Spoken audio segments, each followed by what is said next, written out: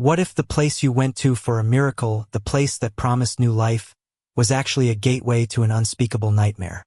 What if the hands you trusted to bring your child into the world were the same hands that profited from their demise? Tonight, we're going to tell you a story so chilling, it will make you question the very nature of trust and the terrifying depths of human depravity. This isn't just a tale of medical malpractice. It's a journey into the heart of a dark criminal enterprise, where a respected obstetrician runs his clinic as a slaughterhouse, a front for the trafficking of fetal bodies. The story you're about to hear is not for the faint of heart. It's a descent into a world that exists in the shadows, a world you'd never believe could be real. Before we pull back the curtain on this horrifying tale, do us a favor. If you're a fan of stories that explore the darkest corners of the human psyche, make sure you hit that subscribe button and turn on notifications. You won't want to miss what's coming. Ready? Then let's begin. The Genesis Clinic was a beacon of hope in the affluent, tree-lined suburbs of a city that prided itself on its civility. Its architecture was a study in serene modernism, glass walls that invited the sun, a Zen garden in the courtyard, and an interior decorated in calming shades of cream and sage. To the desperate couples who walked through its doors, their hearts heavy with the weight of unfulfilled dreams, Genesis was a sanctuary. It was the last stop on a long and painful journey, a place where miracles were said to happen. And the miracle worker, the high priest of this temple of hope, was Dr. Alistair Finch. Dr. Finch was a man sculpted from the very essence of trust. In his late 50s, he possessed a full head of distinguished silver hair, eyes the color of a tranquil sea, and a voice that was a soothing balm on the raw wounds of infertility. He moved with an unhurried grace, his white coat a mantle of authority and compassion. His patients adored him. They saw him not just as a doctor, but as a confidant, a savior. His office walls were a testament to his success, a mosaic of smiling babies and a testament to his success, a gallery of triumphs over the cruel whims of biology.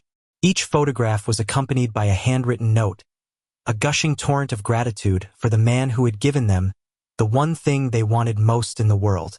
But the serene facade of Dr. Finch and his clinic concealed a rot so profound, a darkness so absolute, that it would have shattered the carefully constructed worlds of his adoring patients.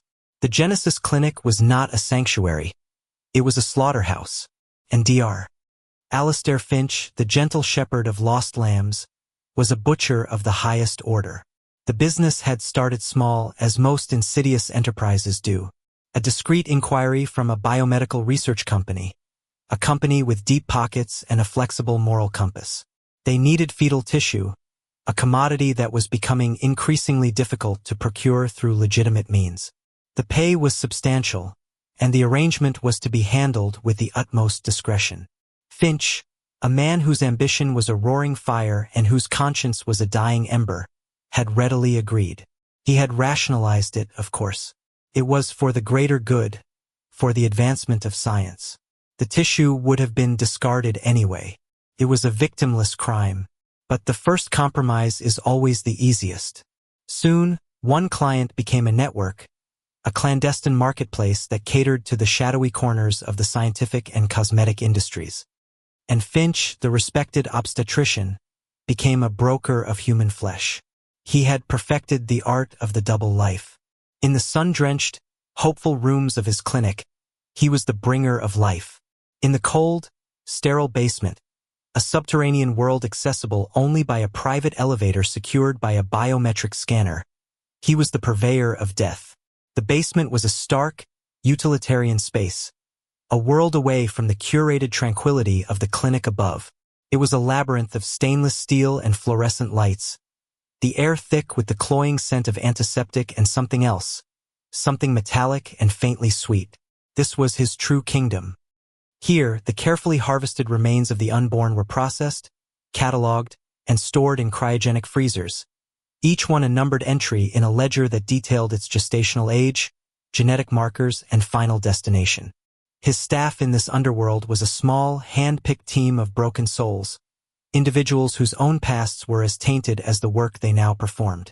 There was Marcus, a disgraced pathologist who had lost his license for performing autopsies for the mob. Marcus was a man who had stared into the abyss so long that it had become his home. And then there were the twins, Anya and Ines, two nurses who had been struck off the register for their involvement in a euthanasia scandal. They were silent, efficient, and utterly devoid of emotion, their faces impassive masks as they went about their gruesome tasks. They were all bound to Finch by a web of shared guilt and the promise of a life of luxury, a life paid for by the silent, unseen casualties of their trade. The scheme was a symphony of cold, calculated cruelty.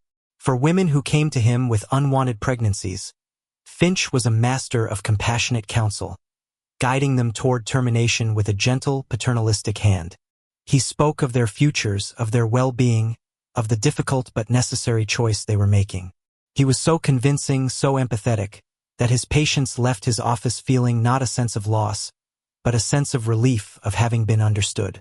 For the pregnancies that were wanted, the ones that represented the hopes and dreams of a lifetime, Finch had a different, more insidious set of protocols. He was a virtuoso of manipulation, a master of a more insidious set of protocols. He was a virtuoso of manipulation, a master of planting the seeds of doubt and fear in the minds of vulnerable, expectant parents.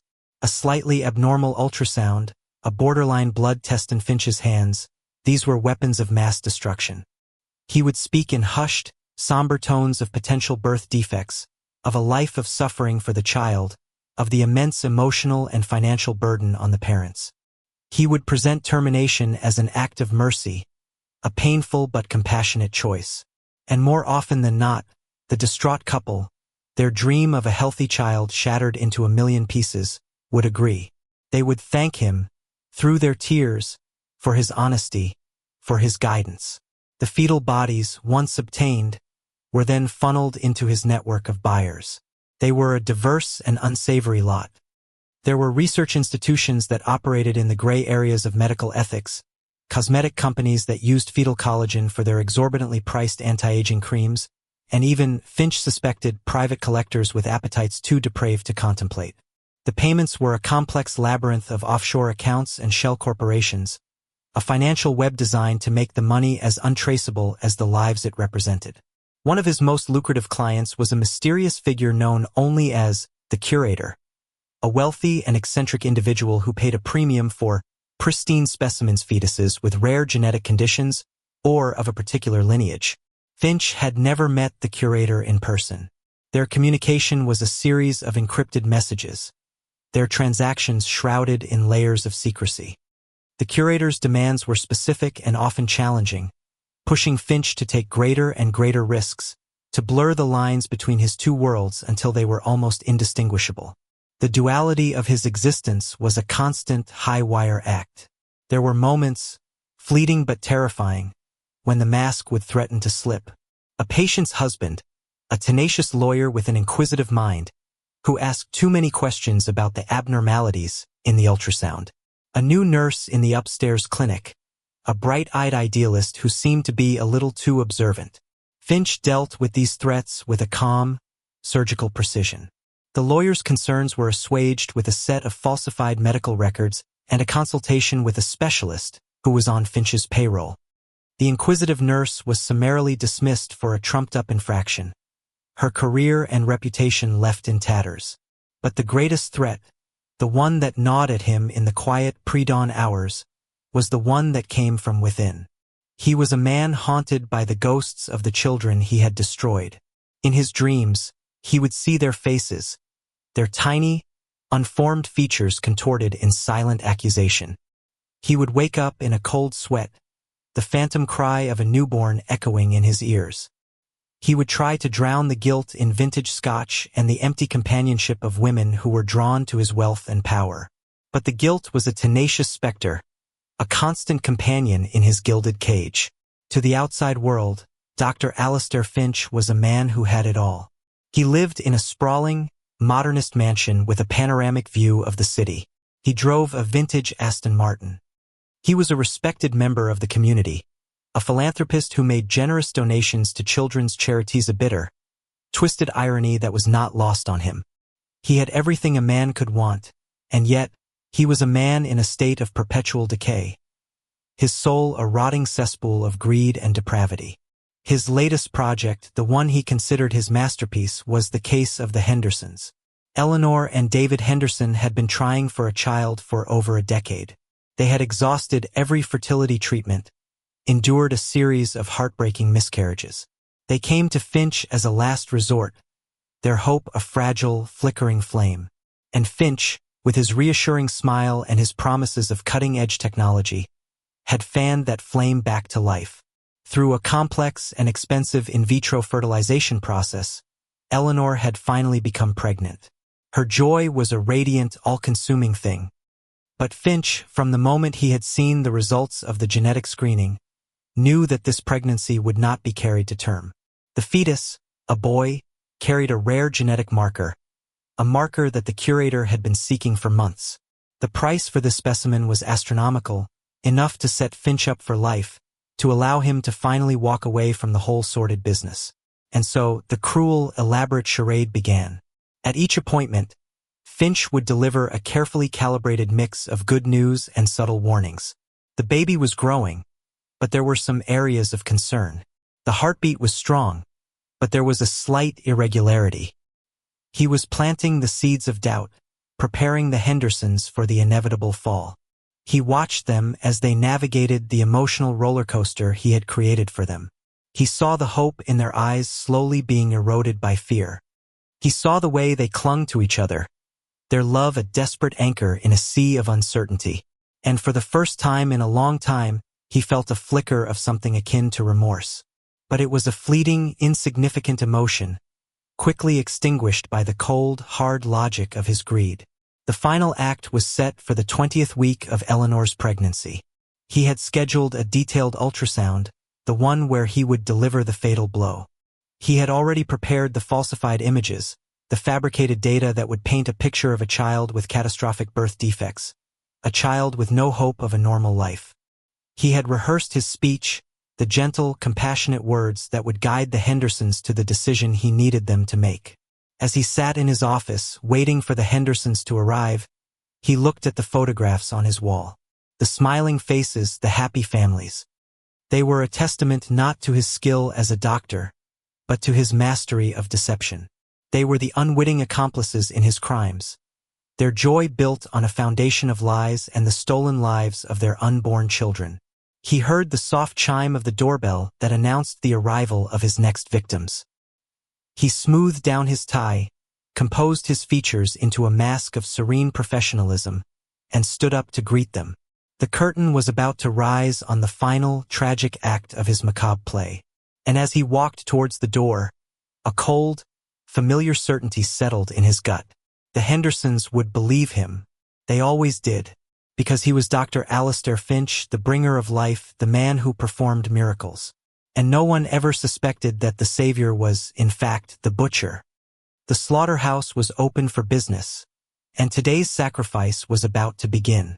Detective Isabella Rossi was a woman who trafficked in the ugly truths that lurked beneath the polished surfaces of her city. She had a bulldog's tenacity and an almost preternatural ability to sense when something was amiss. And for the past few months, her professional instincts had been screaming at her, all pointing in the direction of the Genesis Clinic.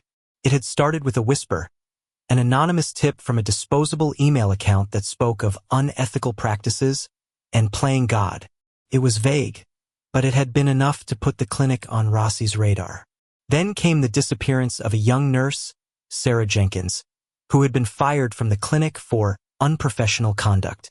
Her family insisted she had been on the verge of blowing the whistle on something she had discovered, something that had terrified her. And now there was the Henderson case. The official report was a straightforward tragedy, a late-term miscarriage due to severe fetal abnormalities. But a friend of Eleanor Henderson, a fellow cop in Rossi's precinct, had come to her with a story that was anything but straightforward. Eleanor was consumed by a gnawing suspicion that she had been lied to, that her healthy baby had been stolen from her. Rossi had begun a discreet, off-the-books investigation. She had pulled the clinic's records, or what little she could access without a warrant. She had run background checks on Dr. Finch and his staff. On the surface, everything was immaculate. Finch was a pillar of the community, a celebrated physician with a spotless record.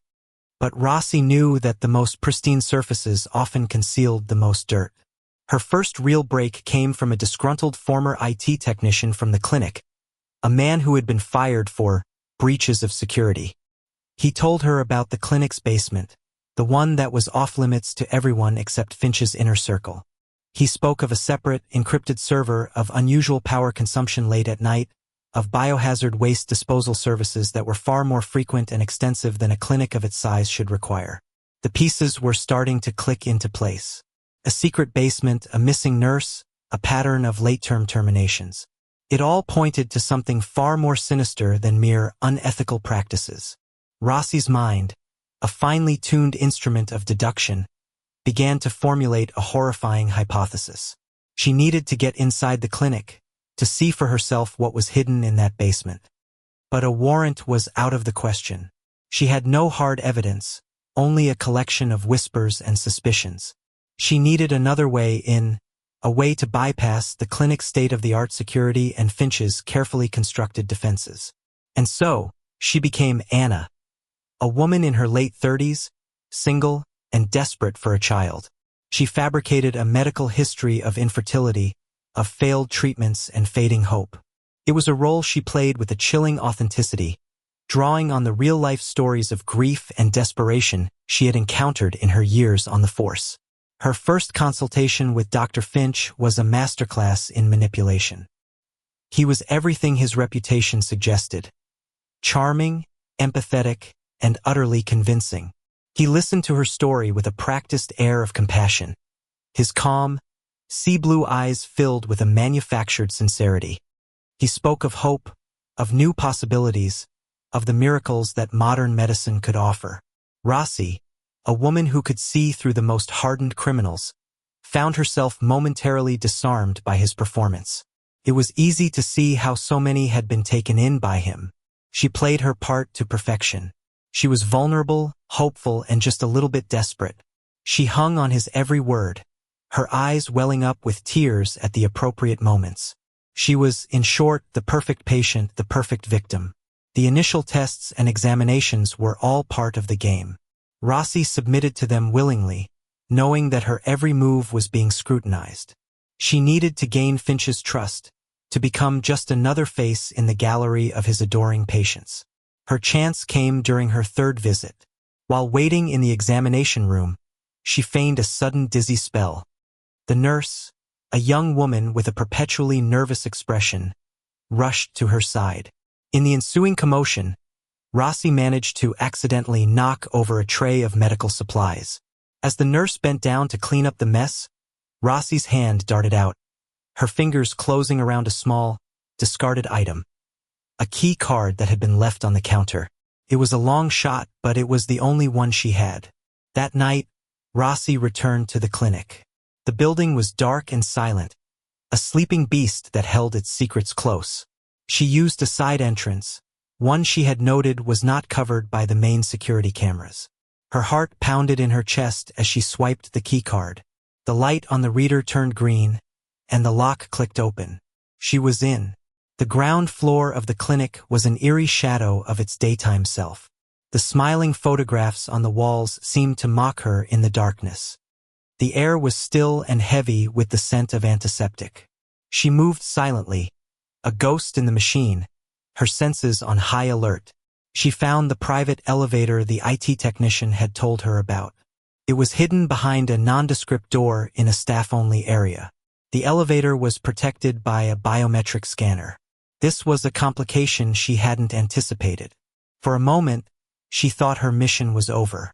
But then she remembered something else the technician had mentioned. A maintenance override code, a sequence of numbers he had once seen a cleaner use. He wasn't sure if it was still valid, but it was worth a try. She punched in the code, her fingers flying across the keypad.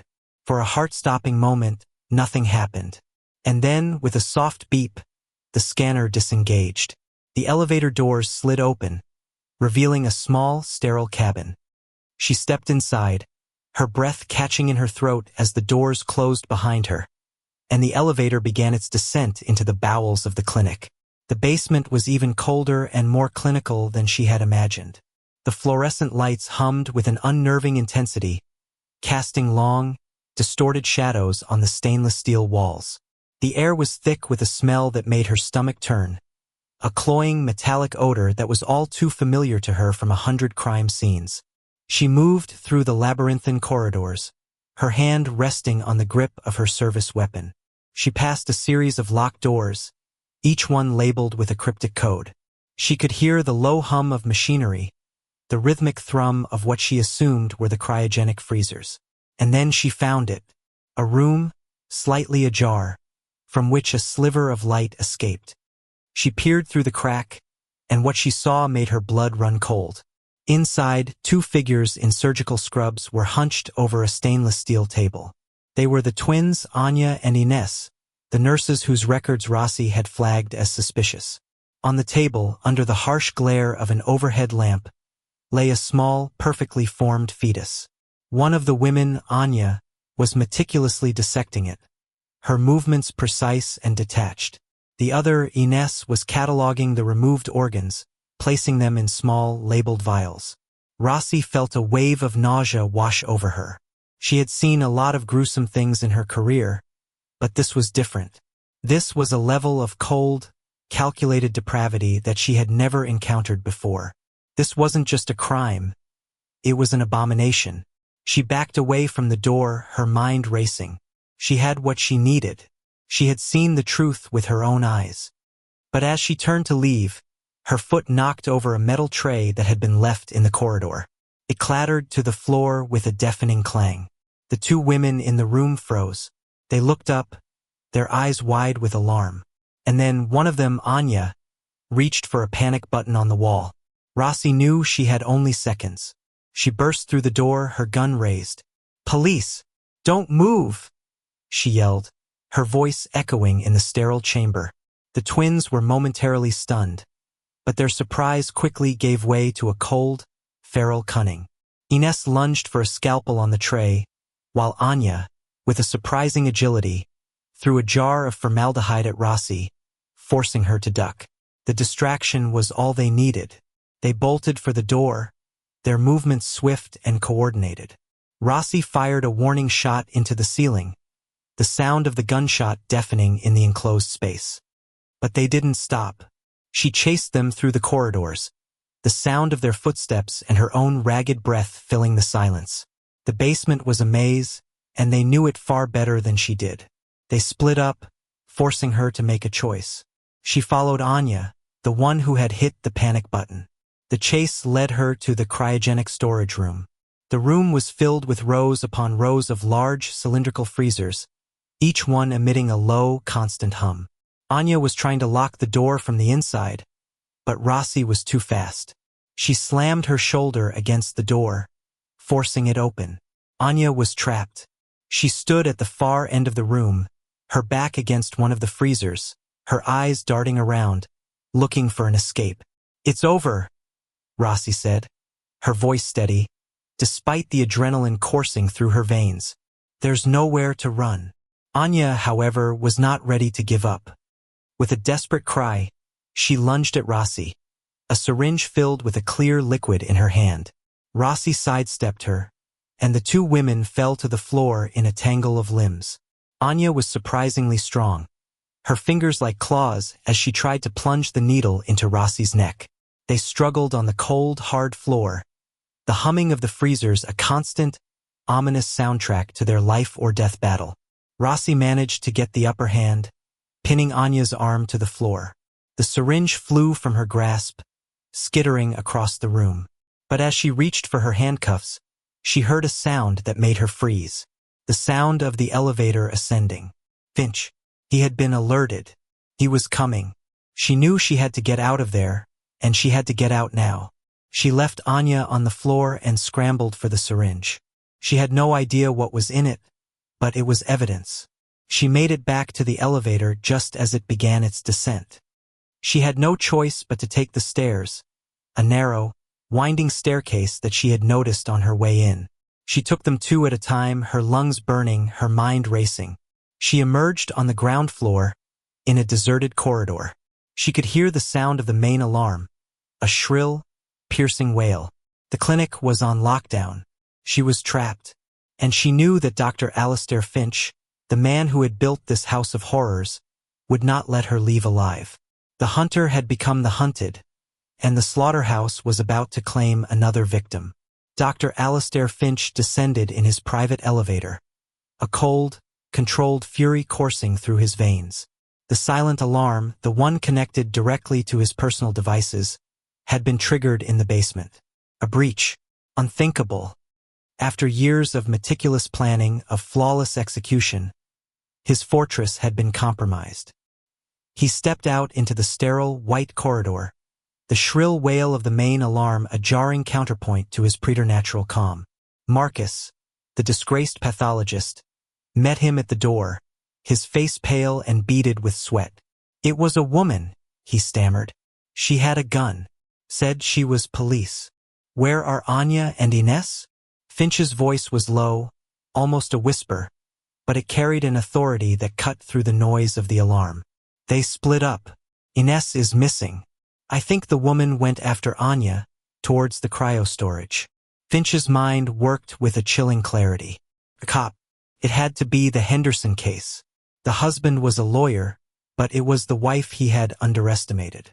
Her grief had festered into suspicion, and now that suspicion had brought the wolves to his door. He strode through the basement, his movements purposeful and efficient. He was not a man given to panic. Panic was for the weak, for the victims. He was a predator, and this was his hunting ground. He found Anya in the cryo-storage room, huddled in a corner, sobbing. She told him what had happened, her words tumbling out in a torrent of fear and adrenaline. The woman, the cop, she was trapped on the ground floor. "Seal the basement," Finch commanded Marcus, "and get rid of the evidence. All of it. The incinerator. Now." He then turned his attention to the task at hand. The woman was a loose end, a threat that had to be neutralized. He knew the clinic's layout better than anyone. He knew every hiding place, every blind spot. He was the architect of this gilded cage, and now he would be its executioner. He took the stairs to the ground floor, a silenced pistol in his hand. The alarm had been cut, plunging the clinic into an eerie silence, broken only by the distant sound of approaching sirens. He had to be quick. Meanwhile, Detective Rossi was fighting for her life. She was trapped in the clinic's main reception area, the automated doors sealed shut. She had tried to call for backup, but the clinic's security system was jamming all outgoing signals. She was alone. She could hear him moving, a soft, almost imperceptible footfall in the darkened corridors. He was hunting her, and she knew that he would be as methodical and ruthless in this as he was in everything else he did. She took cover behind the large, polished reception desk, her own weapon drawn. The waiting area, with its plush chairs and soothing artwork, had been transformed into a deadly arena. The smiling faces in the photographs on the walls seemed to watch her with a cold, judgmental stare. The silence was broken by the sound of Finch's voice, a calm, conversational tone that was more terrifying than any shout. "Detective Rossi," he said, his voice echoing in the empty space. "I must admit, I'm impressed. You were a very convincing patient." Rossi didn't answer. She stayed low, her eyes scanning the shadows, trying to pinpoint his location. "But you've made a fatal mistake," Finch continued. "You've underestimated me. You see, I'm a man who believes in tidying up loose ends. And you, detective, are a very loose end indeed." A shot rang out, and a vase on the reception desk exploded, sending shards of glass and water flying. Rossi flinched, but she held her position. He was trying to draw her out, to make her reveal her location. She had to change the game, to turn the tables on him. She remembered the IT technician's words about the clinic's integrated systems, all controlled from a central server room. If she could get to it, she could override the lockdown, get a signal out. The server room was on the second floor. It was a risky move, but staying here was a death sentence. She created a diversion, throwing a heavy paperweight across the room. As Finch fired at the sound, she bolted from behind the desk, sprinting for the stairs. She could hear him behind her, his footsteps quickening. He was faster than she had anticipated. A bullet whizzed past her ear, chipping a piece of plaster from the wall. She reached the second floor, a maze of offices and consultation rooms. She ducked into the first open door, a small storage closet, her heart pounding against her ribs. She held her breath, listening. She could hear him moving down the corridor, opening doors one by one. He was a patient hunter, and she was his cornered prey. And then, she heard the soft chime of the elevator. He was going back down. It was a trick, she knew it. He wanted her to think she was safe, to lure her out into the open. But she had no choice. She had to get to the server room. She slipped out of the closet and made her way down the corridor, her back pressed against the wall. She found the server room, its door locked with a keypad. She cursed under her breath. But then she noticed a small ventilation grate near the floor. It was a long shot, but it was her only way in. She managed to pry the grate open and squeeze through the narrow opening. The server room was a cramped, windowless space, filled with the hum of electronics and the blinking lights of a dozen servers. She found the main control panel and went to work, her fingers flying across the keyboard. She was no hacker, but she knew her way around basic security systems. She bypassed the signal jammer first, sending out a distress call to her precinct. And then, she started to override the lockdown, to unlock the clinic's doors. As the first lock disengaged with a loud click, she heard the sound of footsteps outside the door. He was back. The keypad on the door beeped as he entered the code. The door swung open, and Finch stood there, his face a mask of cold fury. "Clever girl," he said, his voice devoid of any emotion. He raised his pistol, but just as he was about to fire, a new sound filled the air, the sound of a stampede. The clinic's main doors were open, and the first wave of police officers was storming the building. Finch was momentarily distracted, his head turning towards the sound. It was the opening Rossi needed. She lunged at him, tackling him at the knees. The gun went off, the bullet burying itself in the ceiling. They crashed to the floor, a desperate, violent struggle for survival. Finch was stronger, his hands closing around her throat, his thumbs pressing down on her windpipe. Her vision started to tunnel, the lights of the servers blurring into a kaleidoscope of colors. With the last of her strength, she reached for a heavy fire extinguisher on the wall. She swung it with all her might, connecting with the side of Finch's head. He grunted, his grip loosening for a split second. It was enough. She gasped for air, scrambling away from him. He staggered to his feet, a trickle of blood running down his temple. He looked at her, his eyes filled with a pure, unadulterated hatred. He was about to lunge at her again when the server room was flooded with the bright beams of flashlights. "Freeze! Police!" a voice yelled. Finch was surrounded. For a moment he stood there, a cornered animal, his chest heaving. And then, in a final act of defiance, he raised his gun. Not at the police, but at his own head. "You'll never take me," he whispered, and then he pulled the trigger. The sound of the gunshot echoed in the small room, a final, deafening punctuation mark to a life of unimaginable depravity. In the aftermath, the full extent of Dr. Alistair Finch's horrors was laid bare. The basement was a charnel house, a testament to the countless lives he had stolen. The freezer room contained the remains of over 100 fetuses, each one a silent victim of his monstrous scheme. His network was dismantled, his accomplices arrested. The curator was eventually identified as a reclusive billionaire with a penchant for the grotesque, and he was brought to justice. The cosmetic companies and research institutions were exposed, their reputations shattered. The survivors, the parents who had been manipulated and lied to, were left to grapple with a grief that was almost too much to bear. The Hendersons, in a cruel twist of fate, learned that their son had been perfectly healthy. Their joy had been stolen from them, replaced by a lifetime of what-ifs. Detective Isabella Rossi became a hero, the woman who had brought down the butcher of Northwood. But the case left its scars on her. She would forever be haunted by the things she had seen in that basement, by the cold, dead eyes of the man who had played God. The Genesis Clinic was shut down, its gleaming facade a monument to a dark and terrible secret.